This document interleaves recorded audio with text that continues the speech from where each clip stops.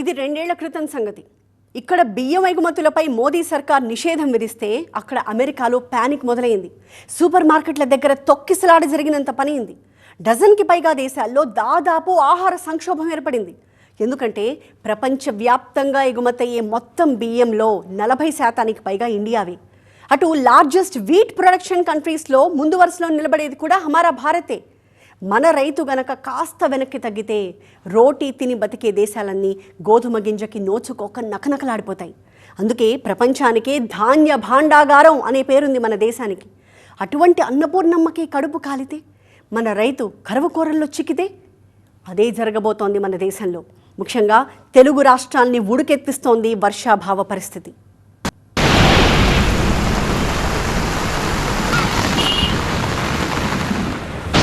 మనమున్నది వ్యవసాయాధారిత దేశంలో, ప్రకృతిని దేవతలతో సమానంగా భావించి పూజించే దేశంలో.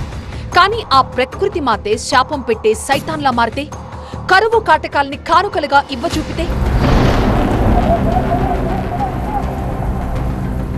నిన్న మొన్నటిదాకా మండే ఎండలని భరించి భానుడి ఉగ్ర రూపాన్ని తట్టుకున్నాం.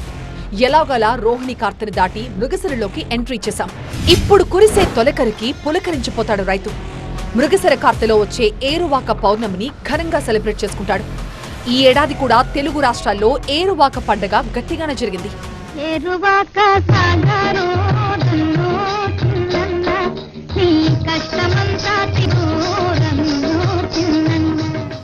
వానదేవుడి మీద నమ్మకంతో నేల తల్లిని పూజించి ఆశగా విత్తు నాటి ఎద్దులను కడిగి కొమ్ములకు రంగులేసి నాగలి నెత్తికెత్తుకుని సాగుని శ్రద్ధగా మొదలుపెట్టాల్సిన సీజన్ ఇది.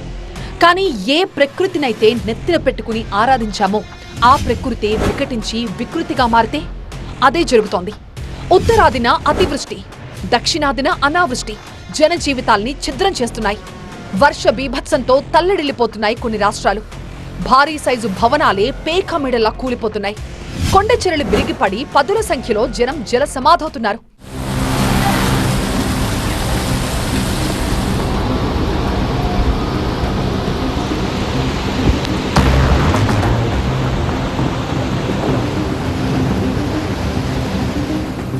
అటువైపు అతివృష్టి అంతులేని విషాదాలను మోసుకొస్తుంటే, ఇటువైపు అనావృష్టితో భవిష్యత్తే నిలువెత్తు క్వశ్చన్ మార్క్ అవుతోంది. ఖరీఫ్ సీజన్ ప్రారంభమై 40 రోజులు గడుస్తోంది. ఆకాశంలో మేఘాలు కమ్ముకున్నా మబ్బులు మాయ చేస్తున్నాయి. వాన చిరుకు జాడలేక నాటిన విత్తనం మొలకెత్తక రైతును వెక్కిరిస్తోంది. వేసిన వరినారులు ముదిరిపోతుంటే ఎటూ పాలుపోక అన్నదాత గగ్గోలు పెడుతున్నాడు. పత్తి రైతు వెతలైతే అంతకు మించి అన్నట్టుగా ఉంది. 4 నుంచి 5 మీటర్ల దూరంలో అక్కడక్కడ ఒక మొక్క కనబడుతుంది. ఈ విధంగా 1-2 మొక్కలు మాత్రమే పొలంలో కనబడుతున్నాయి. ఏమాత్రం కూడా లాభం ఉండదు. ఇప్పటికీ ఒక ఎకరాకి సుమారుగా 5 నుంచి 6 వేల వరకు పెట్టుబడి పెట్టారు. కానీ ఈసారి అనుకూలమైన వర్షాలు కురియలేదు. అంటే మొత్తం వర్షాకాలం మొదలై 40 రోజులు అయినప్పటికీ ఇప్పటికీ భారీ వర్షాలు కురియలేదు. దీంతో చాలామంది అన్నదాతలు ఈ పత్తి మొక్కలు కావచ్చు ఇతర పంటలను కాపాడుకోవడానికి తీవ్రమైన ప్రయత్నాలు చేస్తారు. తొలకరి పలకరించినా తర్వాత నైరుతి కరుణించలేదు. నారుమళ్లు ముదిరిపోతున్నాయి. వర్షాలు కురుస్తున్నాయన్న ఆశలన్నీ అడియాసలే అయ్యాయి. జలాశయాల్లో నీటి నిల్వలు దారుణంగా పడిపోయాయి. ఒక్క వాన చినుకు కోసం 1000 దేవుళ్లకి మొక్కుతున్నారు. 10-15 రోజులు పోతే నార్మల్ మొత్తం ఎండిపోతాయి. మళ్ళీ కొత్త నారు పోసుకోవాలంటే మరి ఇత్తనాలు కొరతున్నది. అసలు వర్షాలు పడయా ఈ భగవంతునికి ఎరక. అసలు ఈ వర్షం ఎప్పుడు పడుతుందో ఎప్పుడు మరి పొలాలు దుంతామో తెలియదు. మాకు పొలం తప్ప ఆ పొలం అందరు మళ్ళు అవి అన్నాడు డౌన్ మళ్ళు పొలం తప్ప అలా వేరే అంతర పంటలు ఏం పండాయి. మరి మేము పొలం వేసుడా మరి బీడుంచుకుడా ఏం అర్థమైతలేదు. విత్తనాలు పెట్టి 3 సార్లు 4 సార్లు పెట్టినాం, మందులు వేసినాం, దున్నినా ఏం లేదా. మొలకలు అన్నీ కప్పుకపోతున్నాయి, మొలకలు లేస్తలేవు. ట్రాక్టర్ తోటి దున్నిచ్చినాం, అట్లా దున్నిచ్చినాం, ఇట్లా దున్నిచ్చినాం. సారు నీ బాంచం మా బతికెట్లా, మా లెక్క ఎట్లా, మాకు బత్తాలు లేవు, ఇత్తులు లేవు, అంగలాడుతాను కవుల్లోకి పట్టుకొని. వేసిన పంటని కాపాడుకోవటం ప్రయాసగా మారింది రైతుకి. పత్తి, టమాటో పంటలు వేసినా ఆ మొక్కలు నిలబడే అవకాశం ఎక్కడా? మొక్కకి నీళ్లు పోసి ఆకాశంలోకి ఆశగా చూస్తున్నారు. ఎకరాకి 10,000 దాకా పోసాం, 10 రూపాయలైనా వచ్చే దిక్కు లేదని మొరపెట్టుకుంటున్నారు. వర్షాలు లేక మొత్తం నారు పోసినా కానీ ఎక్కడ బీడుమలు ఇంకా దున్నలేదు, సిద్ధం చేయలేదు. ఇప్పుడు లేట్ అయింది ఇప్పటికీ, ఎందుకంటే లేట్ అయింది. మరి ఇట్నే లేట్ అయితే ఏంటంటే పోసిన నారు కూడా ముదిరిపోతాయి, అది దేనికి పనికిరావు. 40 రోజులకు నాటేయాలి, 40 రోజుల లోపే, 30 రోజుల నుంచి 40 రోజుల మధ్యలో వేయాలా. ఇప్పుడు 40 రోజులకు వచ్చింది, చాలా ప్రాబ్లం ఉన్నది. దుక్కి దున్ని 1కి 2 సార్లు విత్తనాలు వేసినా మొలకెత్తక దిగాలు పడుతున్నాడు రైతు. వరి తర్వాత ఎక్కువగా పత్తి, మొక్కజొన్న సాగయ్యే కరీంనగర్ జిల్లాలో పరిస్థితిది. తెలుగు రాష్ట్రాల్లో అన్ని మిగతా జిల్లాల్లోనూ రైతుకు ఇదే దీనావస్థ.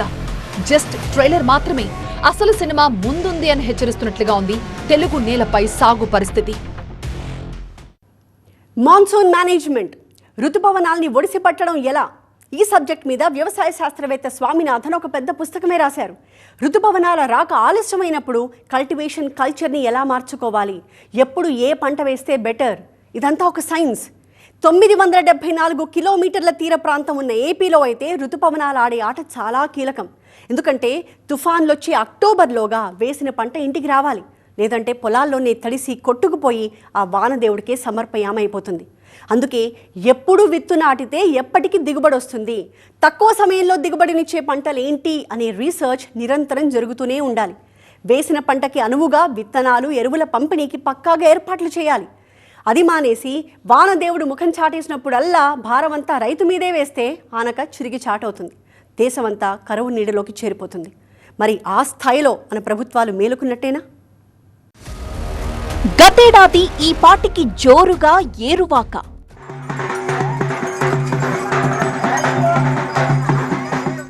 ఇప్పుడు నెల రోజులైనా కానరాని చినుకు. సూపర్ ఎల్ నినో కోరలు చాచిందా? మన ప్రభుత్వాల్లో అప్రమత్తత ఎంత?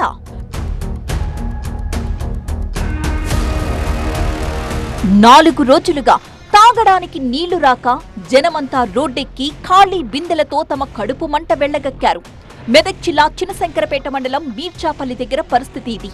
నడి వేసవిలో కనిపించాల్సిన ఖాళీ బిందెల సీన్లు మంచి వానల సీజన్లో కనిపిస్తున్నాయంటే ఏమనుకోవాలి? రేపటి రోజున కనిపించబోయే తాగునీటి కటకటకు ఇంతకంటే సంకేతం ఇంకేం కావాలి?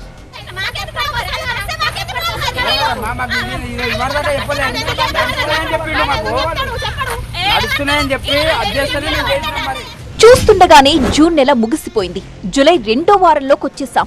ఈ పాటికే 3-4 సార్లు ముసురు పట్టి వానలతో నేల తల్లి తడిసి ఉండాలి. కానీ తొలకరికే మొహం వాచిపోయేలా ఎదురు చూస్తున్నాడు రైతు. అందుకే ఎటు చూసినా బీడువారిపోయిన భూములే. వేసిన పత్తి, మిరప, మొక్కజొన్న విత్తనాలు మొలకెత్తకుండా మట్టిలోనే మాడిపోతున్నాయి. సొంత భూమి ఉన్న రైతుది ఒక రకమైన బాధ అయితే, ఎకరాకు వేల రూపాయలు కౌలు కట్టి సాగు చేస్తున్న సన్నకారోడిది ఇంకో బాధ. వరి రైతు బాధ అయితే వర్ణనాతీతం. ఆశతో పోసిన వరి నారుమళ్లు నీళ్లు లేక ముదిరిపోతున్నాయి. భూగర్భ జలాలు అడుగంటి బోర్లు చుక్క నీరు ఇవ్వనంటున్నాయి. ఊరూరా ఇదే గోస. ఎకరానికి ఫర్టిలైజర్తోని, లేబర్ కూలతోని, దుక్కితోని కలిసి 25,000 చొప్పున 1,50,000 దాకా నష్టంలో ఉన్నాం. కావున రైతులను ఆదుకోవాలని వర్షం దేవుడిని కోరుచున్నాం. 2 సార్లు పోయింది, మళ్ళీ ఇప్పుడు నల్ల చేను అయింది. ఏం చేయాలి అర్థమైతలేదు. అది వ్యవసాయం చేయడానికి కౌలు కట్టాలి, దండు కట్టాలి. ఇప్పుడు రైతుకేమో కష్టం చేసేవాడికేమో దండుగా పడుతున్నది. భూస్వాములకు రైతు బంధు వాళ్ళకే వస్తుంది, మేము కౌలు వాళ్ళకే ఇస్తున్నాము. మీకు వాళ్ళు ఏం చేసేటట్లేరు, మేము మాకు ఆధారం ఏం లేదు చేయడానికి, దాని మీదే బతుకుదేరు మాకు. నిజానికి మాన్సూన్ టెన్షన్ మన దేశంలో కొత్తేం కాదు, ఏటా ఉండేదే. ఋతుపవనాల రాక ఆలస్యమై జూన్లో పడాల్సినన్ని వానలు పడక అవస్థల పాలవ్వడం బాగా అలవాటైపోయిన పని. 9 ఏళ్ల కిందట ఒకసారి తెలుగు రాష్ట్రాల్ని దారుణంగా పీడించింది వర్షాభావం. దాదాపు సగానికి పైగా లోటు వర్షపాతం దాపురించి రైతుని నిండా ముంచేసింది. రిజర్వాయర్లు, చిన్న పెద్ద చెరువులన్నీ అడుగంటిపోయాయి. గ్రౌండ్ వాటర్ లెవెల్స్ అయితే దారుణంగా పడిపోయాయి. సరిగ్గా ఇటువంటి పరిస్థితుల్లోనే రాజకీయ పార్టీలు మేలుకుంటాయి. రైతు ఓటు బ్యాంకులు గుర్తుకొస్తాయి. అసెంబ్లీ ప్రత్యేక సమావేశాలు పెట్టాలని డిమాండ్లు, కరువు నివారణ చర్యలు చేపట్టాలని రోడ్డెక్కడాలు అన్నీ రొటీనే. కానీ పొలిటికల్ పార్టీలకు ఇప్పుడంత తీరికలు లేవు. రైతు సంక్షేమానికి మించిన ప్రయారిటీలతో బిజీగా మారింది రాజకీయ రంగం. వాతావరణంలో మార్పులకు తగినట్టు ప్రతికూలతల్ని తట్టుకుని వ్యవసాయం చేయడం ఒక పెద్ద ఛాలెంజ్. ఇటువంటి విపత్కర పరిస్థితుల్ని డీల్ చేయడం ప్రభుత్వాలకు పెద్ద సవాలే. 2024లో మాన్సూన్ రాకలో కొద్దిగా ఆలస్యం జరిగేసరికి జడుసుకుంది కేంద్ర ప్రభుత్వం. సప్లై చైన్ తెగిపోతుందని, ధరలు పెంచాల్సొస్తుందని, ఫుడ్ ఇన్ఫ్లేషన్ దెబ్బతింటుందని భయపడి నిల్వలు పెంచుకోవడానికి బియ్యం ఎగుమతుల్ని బ్యాన్ చేసింది మోదీ సర్కార్. ఎక్స్పోర్ట్ మార్కెట్ ఏదైతే అదైంది. ముందు మన జనాభాకు 4 వేళ్లు నోట్లోకి పోయే మార్గం కావాలనుకుంది కాబట్టి అంతటి తీవ్రమైన నిర్ణయం తీసుకుంది. ఇప్పుడైతే 25-30 ఏళ్లలో ఎప్పుడూ చూడనంత కరువు తప్పదన్న అంచనాలు ప్రభుత్వాన్ని అటెన్షన్లోకి తీసుకొచ్చేశాయి. తెలుగు రాష్ట్రాల్లో అయితే తరుముకొస్తున్న కరువును ఎలా ఫేస్ చేయాలన్న ప్రాక్టీస్ ఇప్పటికే మొదలైంది. వర్షాలు లేక తల్లడిల్లిపోతున్న ఆయకట్టు రైతులకు తాత్కాలిక ఊరటిస్తున్నాయి ఇరిగేషన్ డిపార్ట్మెంట్స్. ఎల్నినో ఎఫెక్ట్ ని సమర్థవంతంగా తిప్పికొడతాం అంటోంది తెలంగాణ ప్రభుత్వం. ప్రాజెక్టులు డెడ్ స్టోరేజ్ కి పడిపోతాయన్న భయాలున్నా రైతుకు భరోసానిస్తోంది. ఎలినో వల్ల ఈ సంవత్సరం వర్షపాతం తగ్గుతుంది. జూన్ లో మనం అనుకున్న దానికంటే చాలా తగ్గింది. జులైలో కూడా అంతంత మాత్రంగానే ఉంటుందని చెప్పి వాతావరణ కేంద్రాలు హెచ్చరిస్తున్నాయి. అందుకనే రైతాంగాన్ని కోరుతున్నాం, తక్కువ కాలంలో తక్కువ నీటితో పండేటటువంటి పంటలను ఎంచుకోవాలని చెప్పి. ఈ ఎలినో ప్రభావం ఏంటంటే కురిసిన దగ్గర విపరీతంగా క్లౌడ్ బరస్ట్ అయి పెద్ద ఎత్తున వర్షపాతం కురిసే పరిస్థితి ఉంది. కురవని చోట కురవదు. అందుకని అది కూడా దక్షిణ భారతదేశానికే ఎక్కువ ప్రమాదం ఉందని, అందుట్లో ఆంధ్రప్రదేశ్, తెలంగాణ రాష్ట్రాల మీద దాని ప్రభావం ఎక్కువ ఉంటుందని. కాబట్టి మన రాష్ట్ర రైతాంగం ఆలోచన చేసుకోవాలి. ఇప్పుడు అన్ని రిజర్వాయర్లు కూడా డెడ్ స్టోరేజీకి వచ్చున్నాయి. నాగార్జున సాగర్ కానీ, శ్రీరామ్ సాగర్ కానీ, ఏ ప్రాజెక్టు చూసుకున్నా కూడా డెడ్ స్టోరేజీలోనే ఉంది. ఇంతవరకు ఏ నదిలో కూడా కృష్ణా, గోదావరి నదులలో ఫ్లో మొదలవ్వలేదు. అటు సాగర్ ఆయకట్టులో పంటల సాగు ప్రశ్నార్థకంగా మారిన వేళ సీతారామ ప్రాజెక్ట్ అన్నదాతల్ని ఆదుకుంది. సీతారామ ప్రాజెక్టుకొచ్చిన వరద నీటిని కిందకొదిలారు మంత్రి తుమ్మల. వైరా రిజర్వాయర్కు అటు నుంచి ఆయకట్టు భూములకు చేరుతోంది నీరు.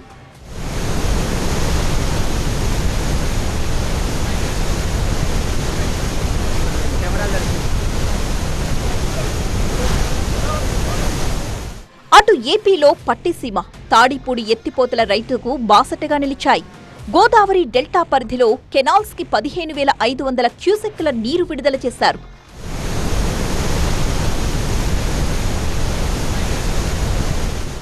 ఎల్నినో తాకిడిని తట్టుకోవడానికి ఎప్పటికప్పుడు అప్రమత్తంగా ఉన్నాయి ప్రభుత్వాలు.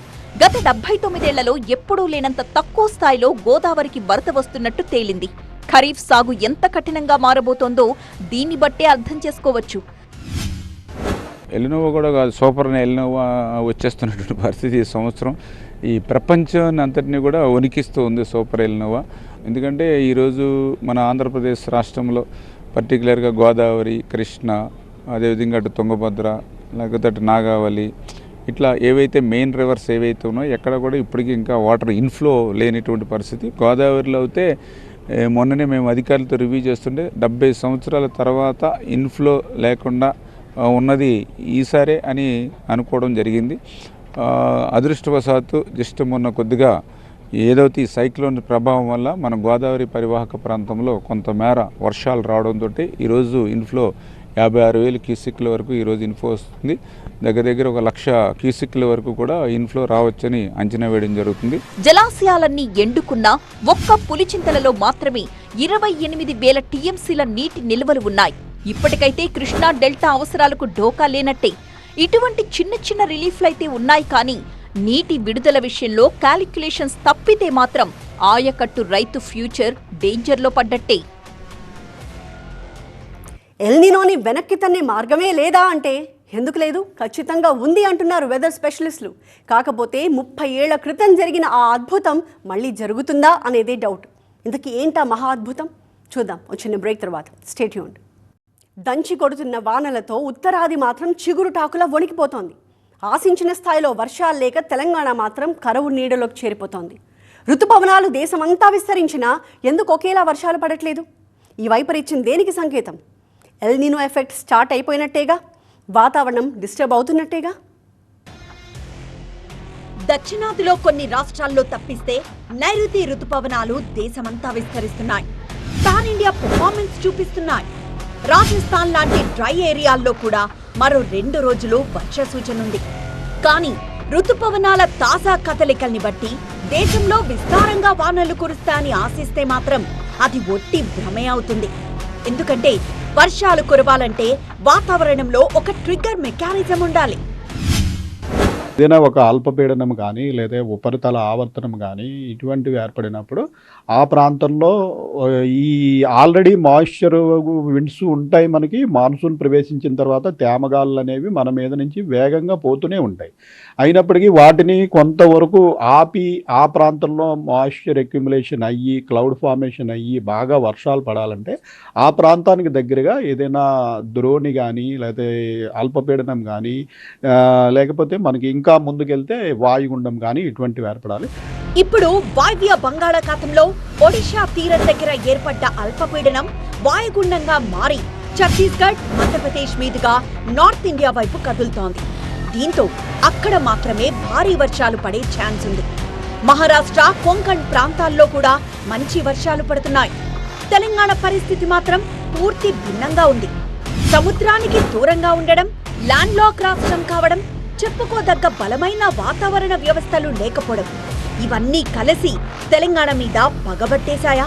అయితే ఇప్పుడు ఏర్పడిన సిస్టమ్స్ అన్నీ కూడా మనం ఇన్లాండ్లో ఉన్నందువల్ల మనకి దగ్గరగా ఏవి సిస్టమ్స్ లేవు. ఈ సిస్టమ్ వల్ల అట్లీస్ట్ మనకి నార్త్ తెలంగాణలో కొంత వర్షాలు పడతాయని భావించినప్పటికీ అది వెంటనే మొన్నటికే మనకి దూరంగా జరిగిపోవడంతో మనకి పెద్దగా తెలంగాణలో అయితే వర్షాలు పడలేదు.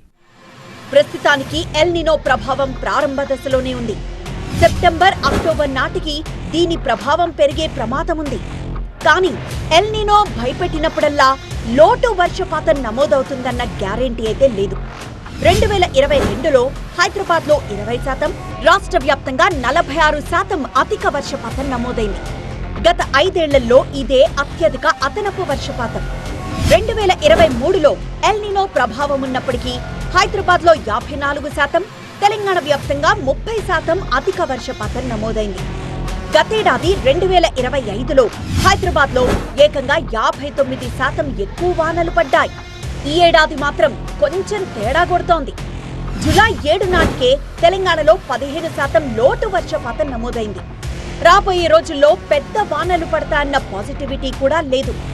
ఇలా ఒకే చోట ఎక్కువ వాన పడ్డం, మిగతా చోట్ల అసలు వానలే పడకపోవడం ప్రమాదకరం. సాగు, తాగునీటి అవసరాలు తీవ్రంగా ప్రభావితమవుతాయి. భూగర్భ జలాలు అడుగంటి ఆహార భద్రత అనుమానాస్పదమవుతుంది. రాబోయే 2-3 వారాల్లో బంగాళాఖాతంలో ఏర్పడే అల్పపీడనాలపైనే తెలంగాణ రైతాంగం ఫ్యూచర్ డిసైడ్ అయ్యింది. మనకు కంటిన్యూస్గా తడులు కావాలి. అంటే ఈ రెయిన్స్ ఏదో 4 రోజులు పడి ఆగిపోయి భారీ వర్షాలు ఒకసారి పడి అట్లా ఉంటే మనకి పెద్దగా ఉపయోగం ఉండదు. ఈ రెయిన్స్ రెగ్యులర్గా మోడరేటు, అప్పుడప్పుడు హెవీ రెయిన్ ఇట్లా సీజన్ అంతా పడినట్టయితే మొత్తం అదే అందరికీ కూడా ఉపయోగపడుతుంది, తాగునీటికి సాగునీటికి కూడా.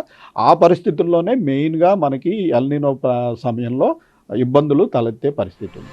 ఇప్పటికే టెక్నాలజీ పేరుతో కొత్త మొబైల్ యాప్లు వచ్చి రైతుల్లో గందరగోళం పెరిగింది. ఏ పంట ఎప్పుడు వేయాలి, విత్తు ఎప్పుడు నాటాలి, ఎరువులు ఎంత, ఎప్పుడు వేయాలి, ఇన్ని కన్ఫ్యూజన్లకు తోడు ఇప్పుడు ఎల్ నినో ఒకటి తోడైంది రైతన్న ప్రాణానికి. తొందరగా దిగుబడొచ్చే ప్రత్యామ్నాయ పంటలు వేసుకోవాలనేదైతే ప్రస్తుతానికున్న క్లారిటీ. కిసాన్ మేళాస్ కూడా కొన్ని కండక్ట్ చేస్తున్నాం. అట్లాంటి కార్యక్రమంలో కూడా ఈ డిఫరెంట్ వెరైటీస్ కావచ్చు, దానివల్ల ఉన్న ఉపయోగాలు అవన్నీ కూడా డిస్ప్లే చేయడానికి మనం ప్రయత్నం చేస్తున్నాము. రీసెంట్గా మనకి ప్రభుత్వానికి ఇచ్చిన నివేదిక ప్రకారం ఇంతకుముందు ఉన్న ప్రాంతాల్లో పప్పు దినుసులు ఇట్లాంటి డిఫరెంట్ క్రాప్స్ పండించిన అదే ప్రాంతాల్లో ఉండే రైతుల్ని మనం మోటివేట్ చేసి వాళ్ళని ప్యాడీ వైపులోంచి ఇతర పంటలకి మళ్లించాలని, దాని ద్వారా మనం ఇమ్మీడియట్గా ఆల్మోస్ట్ ఒక 7 to 8 lakh ఏకర్స్ని మనం టార్గెట్ చేసుకుంటూ నెక్స్ట్ 2-3 yearsలో ఒక ప్రణాళిక ప్రకారం వెళ్తే మనం slowly we can able to shift this farmers from paddy to other crops అనేది ప్రణాళిక.